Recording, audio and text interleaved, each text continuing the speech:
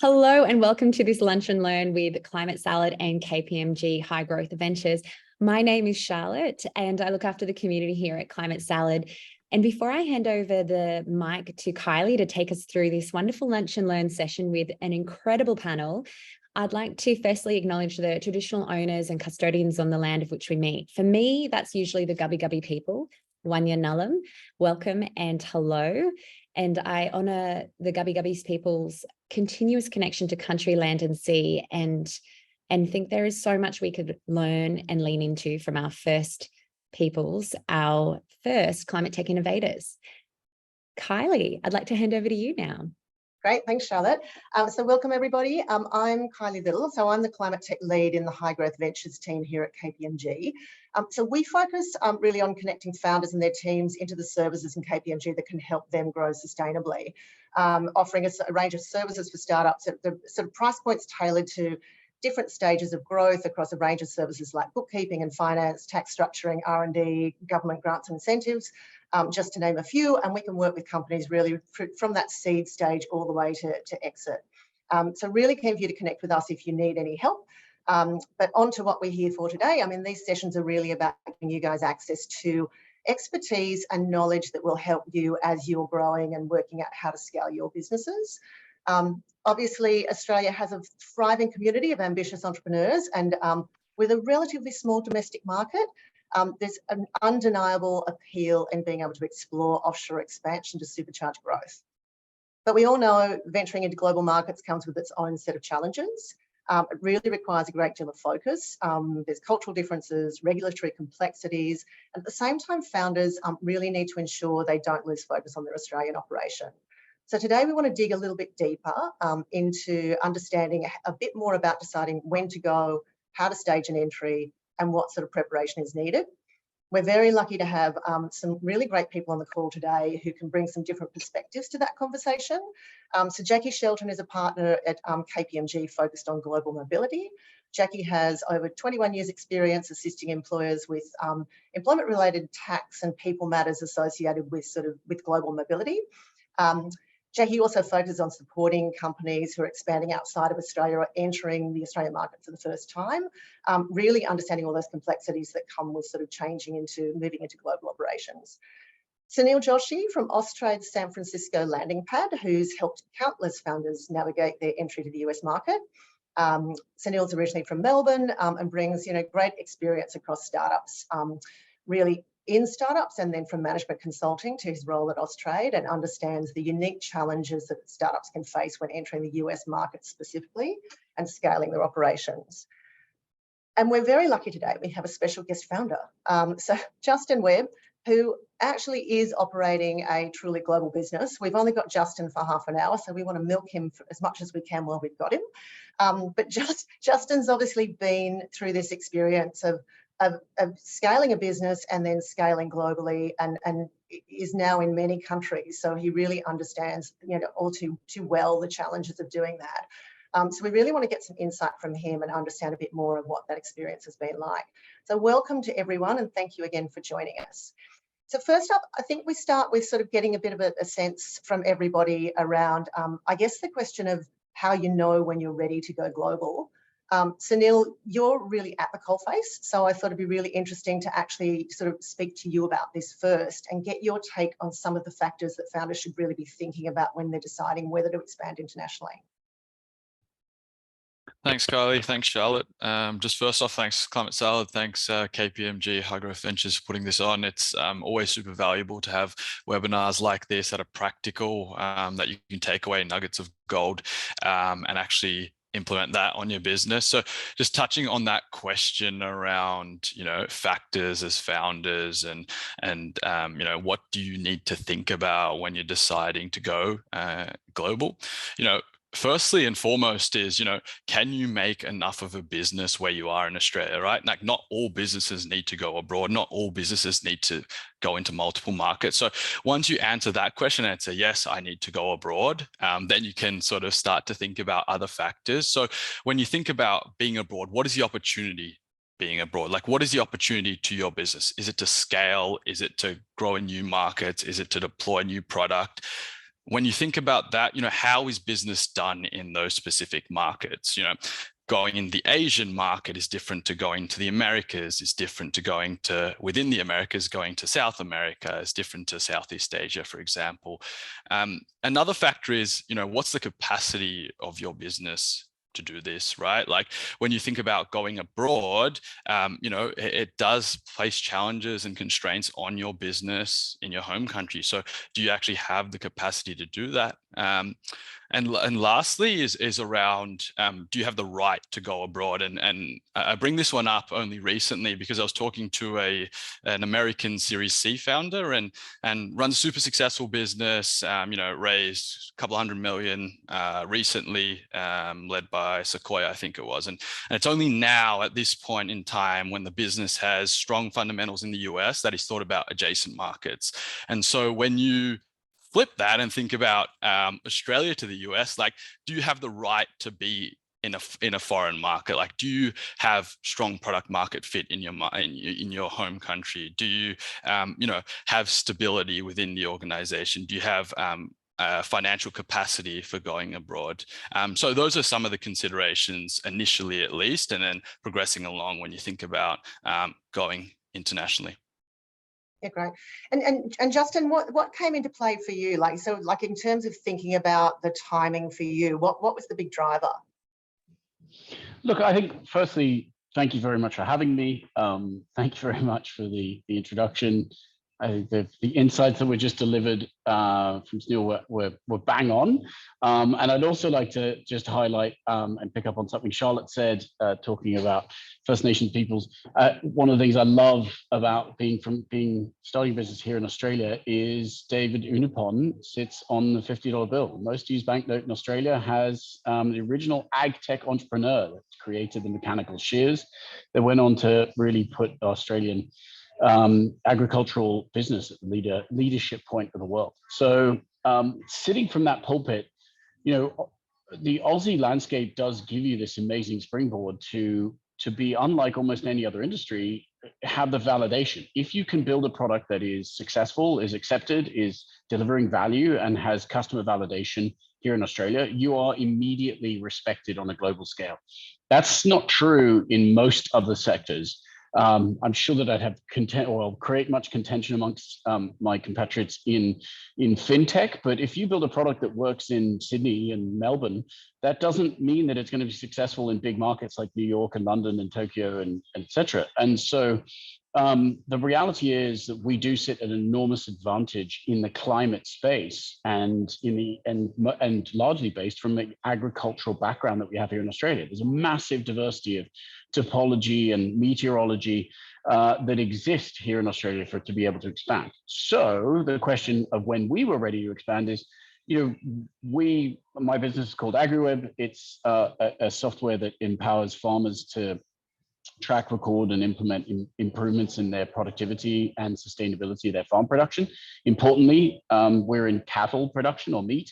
So when you look at agricultural emissions, the biggest proportion therein of agricultural emissions come from bovine production, and the biggest proportion of that come from open grazing pastures.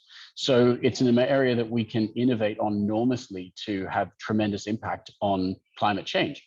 At the same time, grass pasture sequestration of carbon is the biggest opportunity for immediate, without added infrastructure, sequestration of carbon from the atmosphere into grass-based pastures. So improving rotational grazing is enormous. Thus, it's a global issue, right? We had to expand.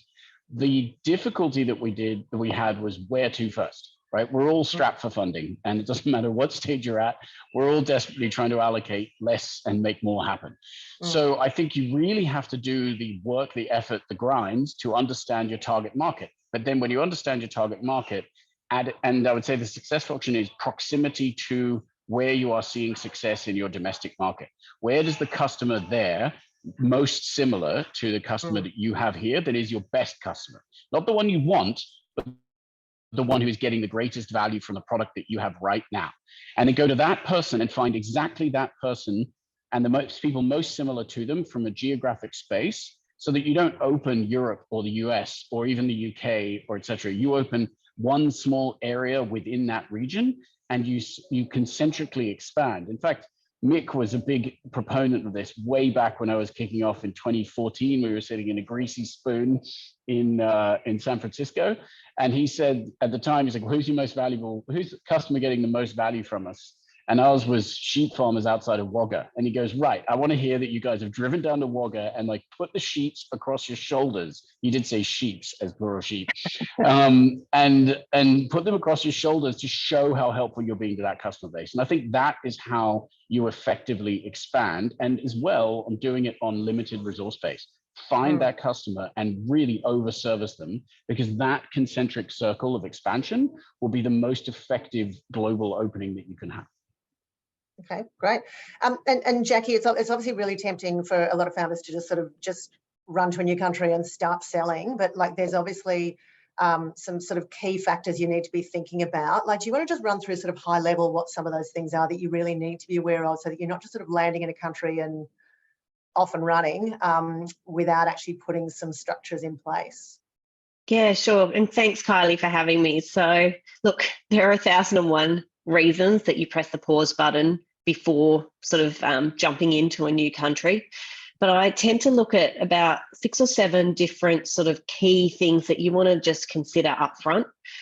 First and foremost, and it goes to Justin and Sunil's points, it's your strategy. How does that international... Oh, I think we just lost you, Jackie. Or is that me? No, she I dropped. lost it too. Yeah. Oh. Might be headphones. Try again.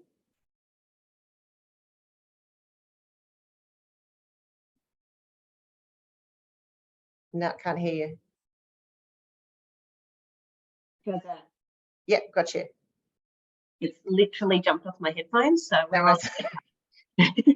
hopefully everyone can hear me. Sorry. Yeah, I all think good. someone tried to call in and it's just confused the speaker altogether. No worries. Sorry. It's okay. One sec. All right, I think I'm back in action. So I don't know where I left off, but look, there are probably 6 or 7 things that I really recommend that companies press the pause button and just think about before jumping into a new country. The first is your strategy, and I think that goes to Sunil and Justin's point. You know, you're going internationally. How do you need to structure that business to give you the best chance of success? How do you need to deploy your people to give them the best opportunity to be able to implement your strategy? If you take that to the next level, what are those local and global tax changes, immigration, legal and regulatory landscape that you need to be able to navigate, which may not be the same as Australia? So, you know, when you're picking your country, you need to really think about, if that's the first country you're going into and it has a completely different landscape to Australia, are you fit for purpose to be able to deal with that? Or is that not the right one to sort of jump in with? If I then move to that people piece, and that's where I really do a lot of my work, it's, you know, are you going to hire local employees? Are you going to transport or second people from your Australian business over there? That can really impact your culture. You'll have a really strong culture here in Australia. You've set the scene of what you expect as a business. If you just hire locals who don't understand that culture, how are you going to carry that culture through to the foreign entity and make sure that that culture is the same globally? How are you going to remunerate and reward them? What benefits might you need to offer them under the local rules and regulations? And do you need to make those global? So, you know, if you remunerate in one way in Australia, should that need be the same in the US, UK, wherever you're expanding to? The other thing I find is that we don't set the people up sufficiently when they start. Sometimes they create tax issues before they actually realise. So we've said, oh, hey, do you mind just hopping over to the US, checking out the market for the next 6 months and come back? And in the meantime, they've created a tax issue. So we really like to plan up front. We see a lot of founders going over, and we call them accidental expats. So people who've created this tax presence without realising it, and all of the tax compliance and headache that goes along with it, not just for the individual, but for the company. Those compliance obligations can be, you know, quite onerous, and before you know it, you've racked up $20,000, $30,000 in compliance bills just because somebody stayed 5 days too long. And Justin, interested to understand, like, how much time did you put into that sort of planning when you started sort of saying, like, let's do this? What was the time span? What was the amount of effort that you guys put into that sort of first move offshore? Yeah, thank you. And also I noticed the question in chat, so thank you so much for the question to come through. So let me answer that twofold. First, the question in chat was asking about how do you over service when you first you get over there when you're doing it on a shoestring. I think the first point is either you or your co-founder has to go. So the idea of being able to open an international market with someone that's not you is a waste of time and a waste of money.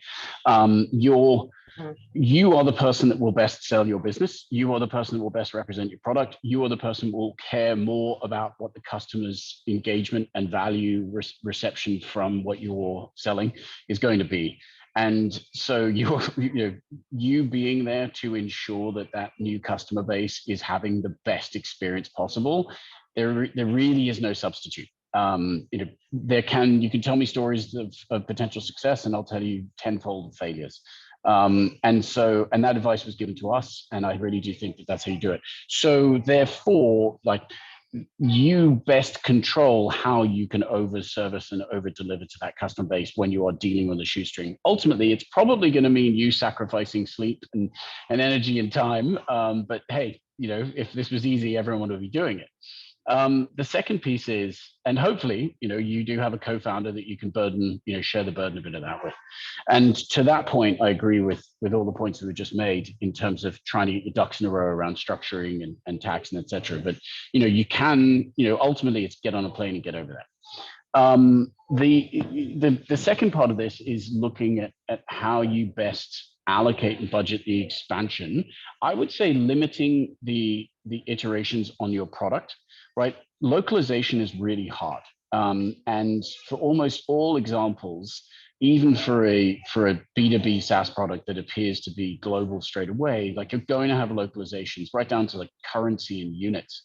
And so the more complex your product is before you start to expand into international markets, and the more iterations, or what I like to use, the theory of differentiations from the core, or steps away from the core, the harder it's going to be for you to be successful in the new market, because ultimately you're in a way forking the code and forking the product. So keep an understanding of the simplest iteration on your expansion is going to be the greatest way to test your new market. And that is the final piece I'd love to leave with it, is that international expansion is about testing. And never believe that you are overcommitted. You are going into this market, even if it's the United States, and hopefully, off my first comment, you're not going to the United States, you're going to one area, or hopefully one state, or even one county in the US. But when you do get there, think of it as an iterative test. And if it fails, that's fine. Cut it off and move away, because there's plenty of the world left to iterate on. And as long as you have that hard in accountability and success function when you do step in, you will find it easier to go step by step and expand, and not overcommit resources, and frankly, not overcommit your business to a point of failure. And Justin, just out of interest, because I know we're going to lose you, but did you have a sense of like setting a sort of a time frame to kind of go like, in this time frame we want to achieve this, and here's our targets, and if we're not hitting those markers, then our view is that this is not the right time or not the right market for us? Like, how did you think about it? I made all of the mistakes that I'm telling you not to make right now. So I did a ton of analysis to find out, my co-founders and I did a ton of global analysis, and we're like, we shouldn't go to the UK. It's too small. The ability to pay is too low. It's already a saturated market. But then we got offered investment, of which it was contingent. We did expand in the UK, and sure enough, we went into the UK. Yeah. And sure enough, it was. So I think, in the words of Mike Tyson, it was successful the first time, or like? No, it was a disaster. Like, in the words of Mike Tyson, everyone has a plan until they get punched in the face. Yep. I think I think that the reality is, we are all collectively in this startup space, and especially within the climate space. Like, we're operating in breaking new land here, and so in breaking new ground, you do have to just be a bit nimble and take the opportunities when they come. So, the great phrase "making lemonade from lemons" does come in useful. That said, if you can, where you can, when you can, be able to do that analytics and make success out of, and have deliberate steps that you are taking out of voluntary efforts, rather than in being extrinsically imposed on you, I think that you're more likely to mitigate your risk of failure and ultimately, be successful. Examples of where we did have success are, for example, starting small. When we went to the United States, we ran a ton of analysis on understanding where the greatest concentration of our correct customer profile would be, right down to the county and the town. And then we flew over there and we spent a ton of time, for, in our case, places you don't want to go visit in the rural Midwest, to really find, thought and opinion leaders in those small communities. And we started to recruit them onto being advocates for us, which would in turn help our category creation in that space. And I think that was some of the examples. Now, when you start to scale and be a bit bigger, double down your attention on the first hires that you are going to hand responsibility onto, because your attention will go back to your home market immediately, because that's where your main source of revenue is. And let's not forget, you're also going to be trying to raise money every 6 to 18 months. And so I think that at the same time, you have to be able to hand off those the responsibilities. So therefore, really trust who you're going to be able to do that. Finally, iterate quickly. If they're not working out, fire quickly and hire a new person, because that will also mean that if you handed your responsibilities at an early stage to someone, they are building your earliest reputation. And if they're getting it wrong, you've got to replace them immediately. Otherwise, that's going to become embedded as being your sticky reputation that you can't fix down the road. Great. Okay, that's great. And Sunil, I'm just going to quickly come back to you. I know we've got a question there about coming back to those compliance issues, but just while we're talking about that sort of like when to go, like the thinking around readiness and everything, what have you seen in terms of the sort of the best, is there a best timing? Have you seen better success at certain stages? Like, have you got any sort of sense of like, what's a kind of a bit of a model for when is a good time to really sort of seriously start exploring that move? Yeah, so there's never a rule on this. It's, you can't bracket it by stage, you can't bracket it by very many things. But generally, when you have enough product market fit in your home country, or you have access to capital to actually officially do a market expansion, are two general trigger points. More recently, you see EBITDA, which is sort of a financial term for marking profitability, used quite widely, or a capital raise, as Justin just pointed out, being his inflection point for his market expansion. And so when we talk about rounds and stages, typically the companies that I've been fortunate to service, north of 150, 200 companies over my period of time so far, so have been, post-seed to Series A, because when you get to that A, B, C type of rounds, that's when the metrics and it's go time, and you've got to hit your numbers quarterly. And so that post-seed to sort of Series A is sort of the sweet spot where companies seem to sort of make that jump. Okay. And just quickly, just coming back to there was that question there about compliance issues, Jackie, like at what point they kick in? Is it from the first dollar? Is there a threshold? Like, where's the point that you kind of really sort of liable for something? If I just sort of go and land in the States and start exploring, what's the point that I really have to have some structure behind me? That's a really good question. In theory, some compliance-ish things can come in at day one.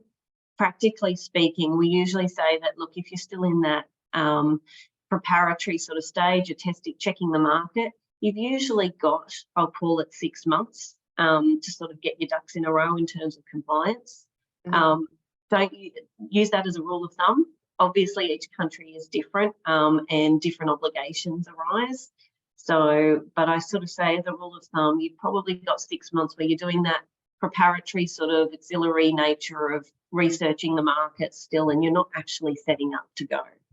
And you should use that 6 months to start going, right, what am I going to need in place at the end of the 6 months? Because that's where I find most companies fall down. They sort of do that whole journey. They go, I want to go tomorrow. And I go, oh, it's going to take you another 4 to 6 months to get the company set up and the payroll set up, etc. So it's using that 6 months where you're in that, I want to check the market, I want to make sure that my hypothesis is correct and this is the right market to go in, to also start doing that background. Yeah. And quickly, Justin, before we lose you, there's a couple of questions for you on here. I'm trying to tap responses furiously as we're going. So if there are other questions, I've put my email in the chat, justin.webb@agrib.com, and I'll do my best to answer them. Yeah, but so, yeah, please, sorry. Final. We may need a little Justin session at some point. Oh God, I can only steer you wrong. But yeah, on we go. What was your question? Oh no, so there's more just somebody saying like, you know, there was one about the servicing, you know, how do you get that over servicing? Sorry, I'm just going back. I've lost that one. Yeah, I think we tackled that one a bit. But yeah. That one. Sorry, knock on doors, nothing beats grassroots. Yeah, cool. So look, I guess because we're about to lose you, Justin, is there anything else that you would add before you jump out? Because it's been really, really valuable having you in here, and I'm just conscious there's... One of the things, I mean, I think Sunil's did right about, you know, these trigger points and these action points. Maybe a word as you get a little bit further along. So we're sort of seeing it Series C / you know, engaging with private equity groups to really expand the business. But we still have examples in our business where we're very much just breaking new ground on the international basis. So we, you know, a new model, a new example is we just engaged Cargill, which is an enormous agricultural business globally, to be exclusive, you know, to have a mutually exclusive distribution agreement into Brazil, which is super exciting on the face of it. But we don't know anything about Brazil. We've got to do localization. We've got to understand how to best get involved with those customers. And when you're dancing amongst elephants and gorillas like Cargill's and Merck's and Zoetis's or whatever, finance companies, depending on what business model you're in, just a word of advice on this. They tend to be quite ignorant when they're huge businesses. They tend to be quite ignorant of the tax on your development, engineering, and product, like the stack that it will require to open these new countries. And so you need to hammer home how much of a burden that is to deliver. And secondly, you need to push back on their expertise to better understand their customer base. You know, there's an easy assumption to make that, oh my goodness, you're, you know, the world's biggest agricultural business. You must understand your customer because you made 137 billion from them last year. Funnily enough, they don't. And we pushed and pushed back on this journey to really understand who are the customers that will be most likely to buy from this, you know, joint venture, and how do we prioritize that rollout in order to make this successful? Because remember, when you sign up with a big behemoth like this, that kind of deal can break you as a small business, whereas they will always go on to be successful. They will always be more, you know, they're much more robust to failure than you are. So do be selfish in the understanding of customer and go back to that, you know, first principles of who is my customer, what is the value, where will I start, how will I iteratively build on that? And that's ultimately true no matter whether you're dealing with, you know, Cargill or one of the global banks, right the way down to, you know, your local distributor that you're getting to know. Yep, great. Really appreciate it. So are we about to lose you? No, yes, I've got to run, but my last one is I'm in fact about to walk into a meeting with hopefully where we're going to be helping out, or we've already got the contract, but to help out McDonald's on their Scope 3 emissions and the accountability therein.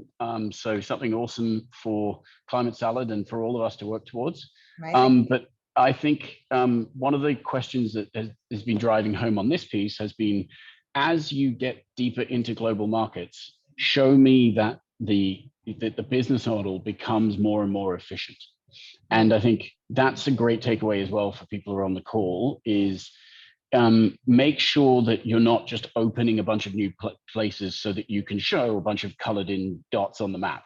Make sure that you are, each one that you open, learn something from the previous opening, and that your next opening is more efficient than the last one was. Everyone expects your first international exploration to be awful, but make sure that the next one is less awful and less awful and less awful, such that there can be confidence that as they put money, investment, venture, or partnership alongside your brand, you are going to be more efficient as you start to expand internationally rather than less.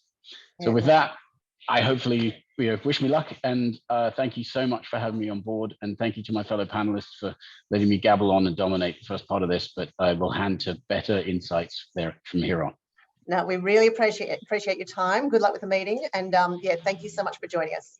Thanks, guys. Appreciate it. Thanks, Justin. Bye. Okay, so Sunil, I'm going to jump back to you because I've been skipping questions for you because I just wanted to get Justin's time while we had it. So one of the things, like with the sort of the US market, you're obviously focused on the US market, but I guess thinking about like where you go first, like there's a kind of a natural tendency to go, well, I'll just go to the US. Is the US often the right market, or are there times that you would say it's not? And obviously the US is a complex market because it's not one market, it's many. So I guess it'd just be good to get your sort of insights into thinking about when is the US right or not, or what you've seen that's been effective. Yeah, so the US is a huge market. It's not an oligopoly like Australia, where there's like, 4 big banks and a few telcos. So there are a lot of competitors, and it's a market where people compete.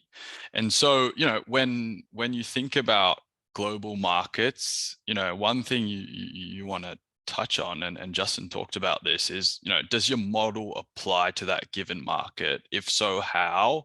If not, why is it different? And then another point that Justin touched on is around the customers, and where are your customers in that global market? Where's the value that you can provide? How will you service those customers? And so the US is a natural progression for Australia. It's when you talk about tech or tech adjacent companies, there's a significant proportion of tech buying in the US, and then it's followed by Central Europe, et cetera, et cetera.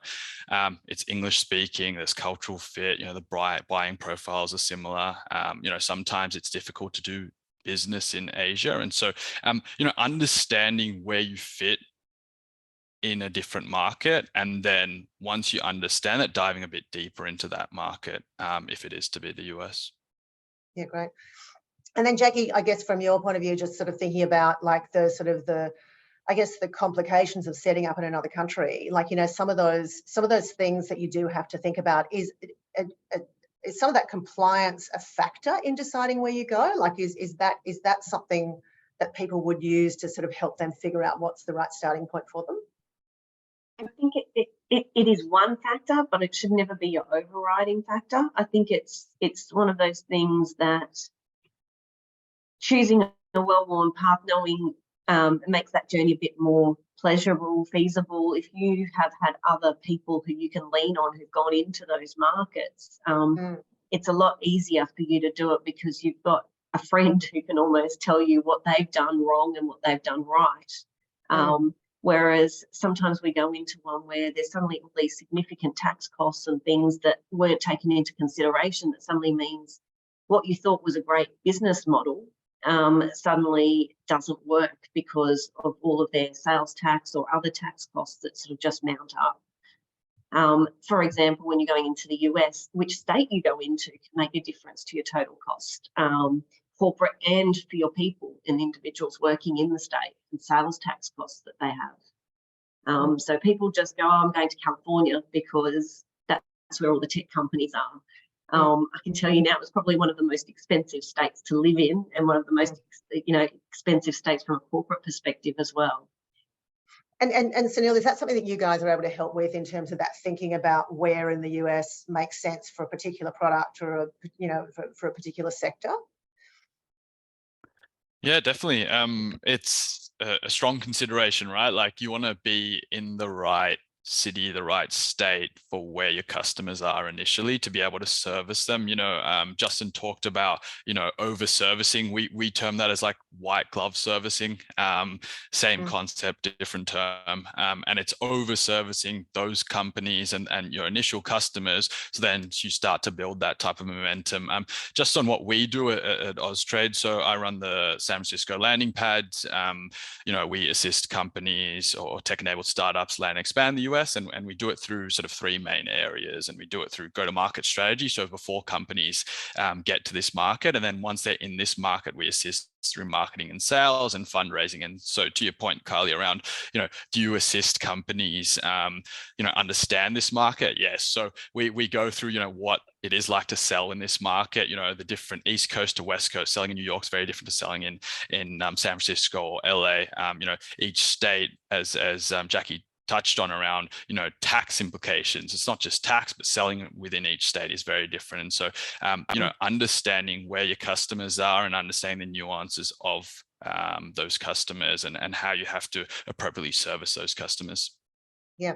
And if you think about like the companies where you've seen they've been more successful, how much prep do you think they've put into it? Like where do you, like, Jackie was sort of saying you've kind of got that 6 months of really the prep in terms of structuring and people and just understanding.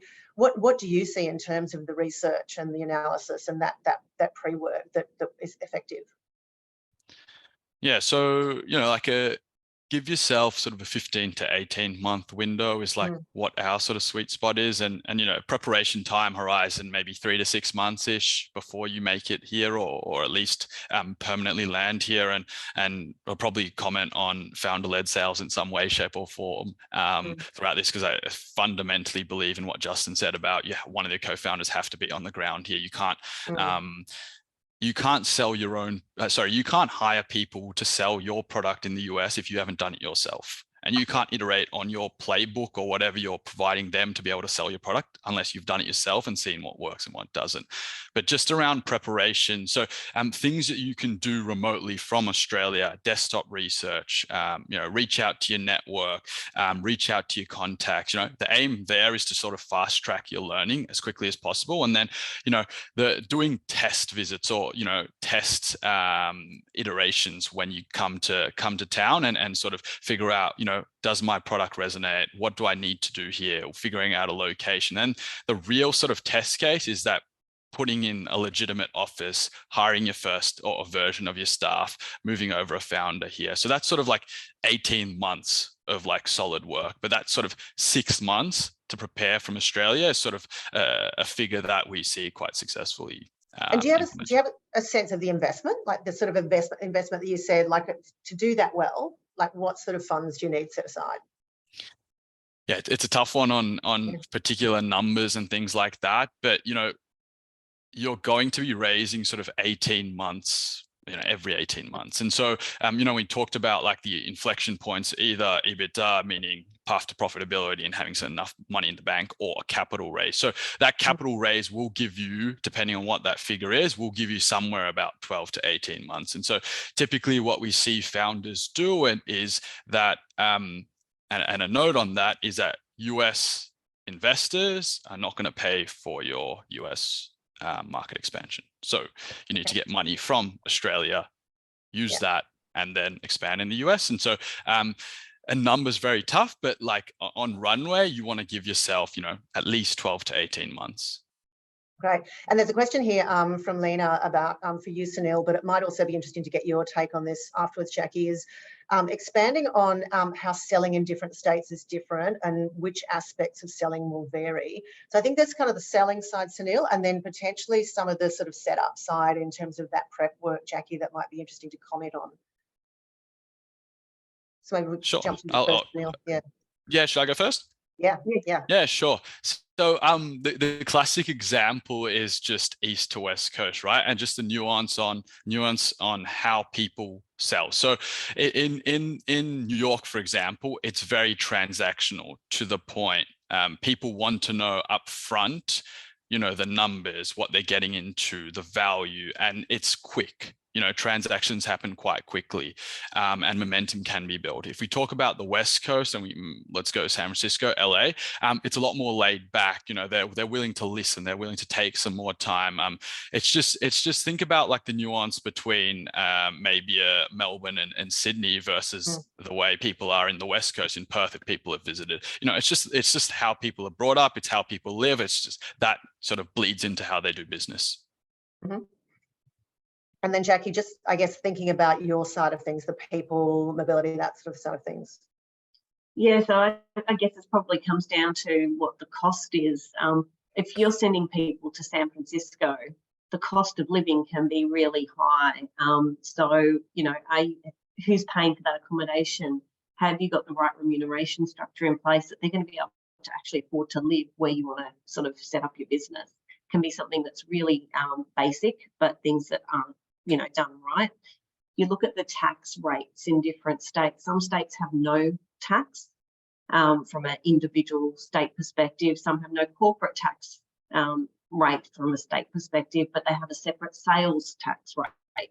So knowing the different levels of tax that your business may be subject to and your people may be subject to. We get a lot of, situations where someone goes, I'm just going to hire this person to work remotely from California. You've got to set up all of this sort of registrations, etc. But your business actually isn't in California, it's in Ohio or wherever else. And you've just created all this tax burden and cost, and you're not actually getting into the market where you want your people to be based. Okay, great. And then Sunil, in terms of the amount of advice and support founders need to wrap around themselves, like what do you guys recommend? Like someone's actually questioned, who do you recommend to do your tax, compliance, regulatory analysis? I assume KPMG. Great question, James. Yes, us. So, but Sunil, your thoughts around sort of how much support founders need, because obviously there's a lot of work that has to go into this. There is a lot of complexity, and I think we've certainly seen firsthand where people have misunderstood the amount of pre-work that needs to happen, and they do get themselves into a bit of a mess. So what do you guys advise in terms of that sort of getting someone on board to support, and what sort of support that should be? Yeah, so it's an interesting question, and I think the more support you can have, the better. The more people that you can surround yourself with that have done some form of this, whatever success looks like to them, and you to be able to use those templates that they've used successfully before and implement them onto your own business is super helpful. I think in terms of like support and what we do in the landing pad, I think that's something when I was in my former self, being at a startup, we should have used, and really having that foundational knowledge, one from a preparatory standpoint, and then two, when you're actually in market, like understanding what a sales cycle here looks like, understanding what an SDR here is, for example, which is a sales development representative, where back home, for example, you have like a business development manager, which kind of like sells and then closes the deal as well. And so for each functions of the business, you want to be able to lean in on someone. It may be someone in your network, it may be through an accelerator or things like that you can actually upskill you and fast track your knowledge in that particular vertical or in that particular pain point that you may have. And then lastly is just lean in to your investors as well, right? Like they put in money to you, they believe in your product, ask them for some assistance around their network and who you should speak to. And the more information you can get, because obviously international expansion and startups is really noisy, then you can filter out the noise and you can filter out what needs to work for you and apply that to your business. Yeah, great. And James, to your question, so yep, absolutely, this is what High Growth Ventures do. I mean, so the whole focus of our specialization is that we work with startups. And we really understand this whole journey. So we work with a lot of companies that are going global, and we've got the right people in the business at a price point that you probably don't expect from KPMG, but that we can support and actually support that growth and help you navigate a lot of this complexity. So definitely is what we do. If anyone needs to have a chat about that, then feel free to reach out. Another question that's popped in, which I just lost. Somebody's saying like, so Sarah Lee, companies are increasingly moving away from San Fran and New York to other states. What are the top 3 states outside of those 2? Cool. Do you want me to tackle this one? Yeah. So Colorado, Denver, it seems to be one of the top 3 right now. Really, really strong Australian community there. Austin, Texas is another one. And then there's Salt Lake, Utah, and Florida. So Miami or wherever that is, or whatever city within Florida. And reason being, one, it's close to your customers. 2, lifestyle. You can't tell me a founder is moving to the US and they really love surfing and they're going to stay in the snow. Like, you just can't tell me that. Yeah. And 3, the last one is around time zone, right? So once you move across to the US, you still need to support and grow your Australian side of the business, is what Justin touched on. And so having that time zone overlap, maybe 3 hours, an hour, 2 hours, so that you can actually function, is really important. I think, working East Coast hours from New York with an Australian functioning business is extremely tough. Yeah. And so those sort of factors need to play into why a lot of Australians are figuring out that, they can sort of branch across the US. Yeah, great. And there's a question here, Jackie, it's probably for you. Aliyah from Evaluators just asking, what about a light launch for a SaaS product where you can accept different currencies that don't have any staff on the ground? Does that still expose you to tax and compliance obligations? I think it's just a question of which. So you might not have people compliance issues to deal with. So you might not have payroll, for example, but you may still have sales taxes that you need to deal with, for example. You may want to have some sort of an entity in the US for which you're doing the sales from, because it makes more sense. If you're selling product over the internet, you're still going to have to deal with some of those taxes and issues with those foreign jurisdictions. Yeah, okay. And it's interesting, Sunil, just coming back to that point about, the keeping sort of the business back here operating. I guess, where have you seen that done well, or do you have a sense of where that's done well with companies? Because obviously that's a hard thing. You're taking a founder who's built something here, you're taking them out of the mix. Have you got examples of where that's done well or where that hasn't been done well, and any sort of watch outs there?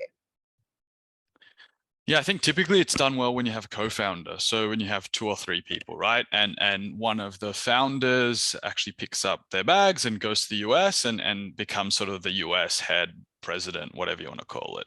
And then you still have someone that has intimate knowledge of the business from day one running the show in Australia. And so can pull the levers when they need to pull the levers. And so, what you see done well is when that sync between the 2 co-founders and the communication is really well developed. What you see done poorly is when one of the co-founders comes to the US, the US isn't doing so well. Typically, it's a really hard market to win, and then there's some strain between the Australian and US side of the business, and the Australian side of the business now has to prop up the US side of the business because what they thought was going to be quite an easy market to try and tackle initially hasn't gone to plan, and then there starts to be some constraints on funding and capital allocation, and then the wheels start to fall off.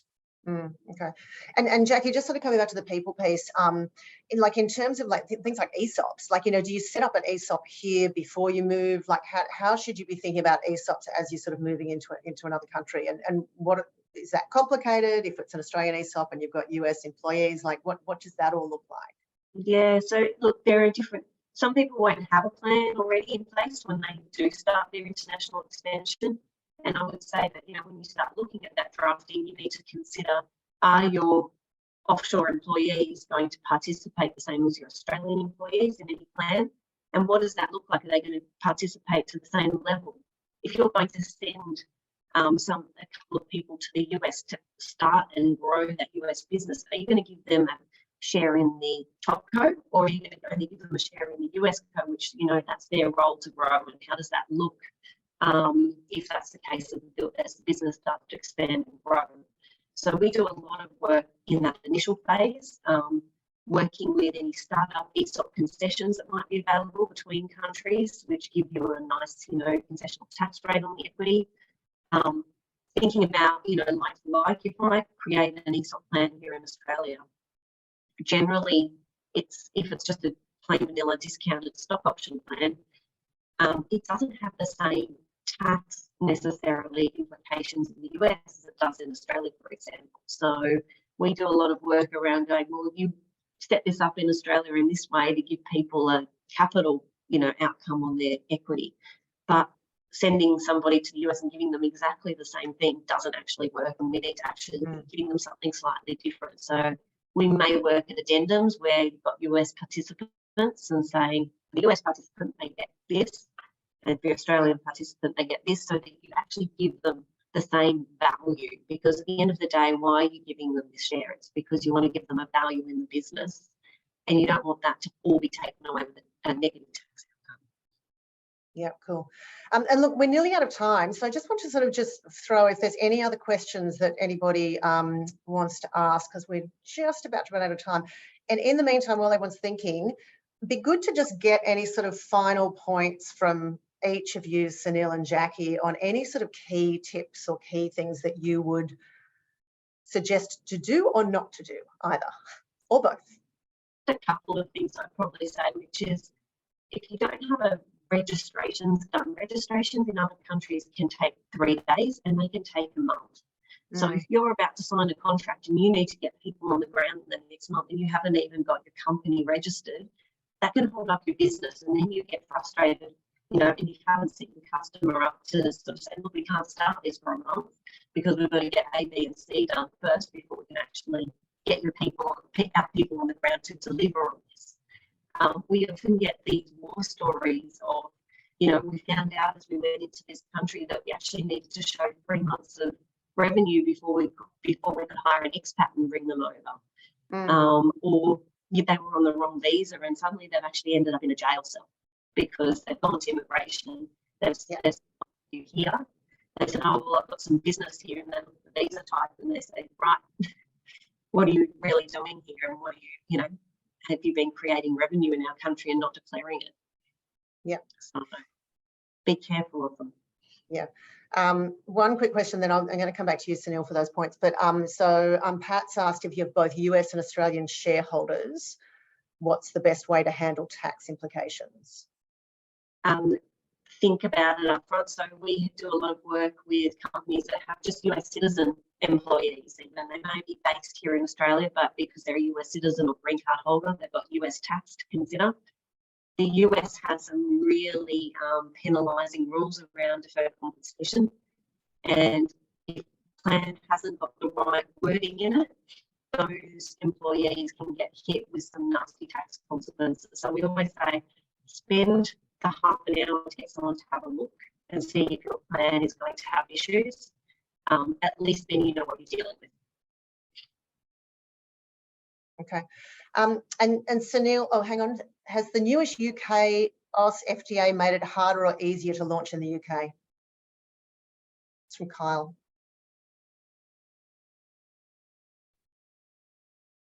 That's one for you, Jackie, potentially? Sorry? Kyle's just asked, has the newish UK Oz FTA made it harder or easier to launch in the UK? I'm going to say I don't know. I haven't seen anything specific on that. I don't know, Sunil, whether you've seen any difference since that FTA was launched. I haven't seen much. Okay. So maybe, Sunil, we'll just get you to just sort of go just your last sort of couple of points. Yeah. So, Justin touched upon founder-led sales and that being super integral for you understanding the market. And so to that point around parachuting in and out, a 2-week block in the US, let's say, for example, and then, a 3-week block back home and then a 2-week block back in the US, like most likely that will disrupt both your US expansion or your global expansion and your Australian business. So, founder-led sales, boots on the ground, bums in seats is something we preach, and we see really a high success ratio, if you want to call it, for companies and founders that actually do that versus companies and founders that, hire top down, meaning hire an executive, just give them a long leash to run with, and we're fortunate to work with many companies. Many of the companies have raised a lot of cash, and those companies that have raised a lot of cash have also made these same mistakes, and eventually have brought founders to town to actually do this founder-led sale. So learn from those mistakes, as Justin has made. Another point is just not having enough capital. So make sure you have enough capital, budget for it. If you think you're on the borderline there, budget some more capital.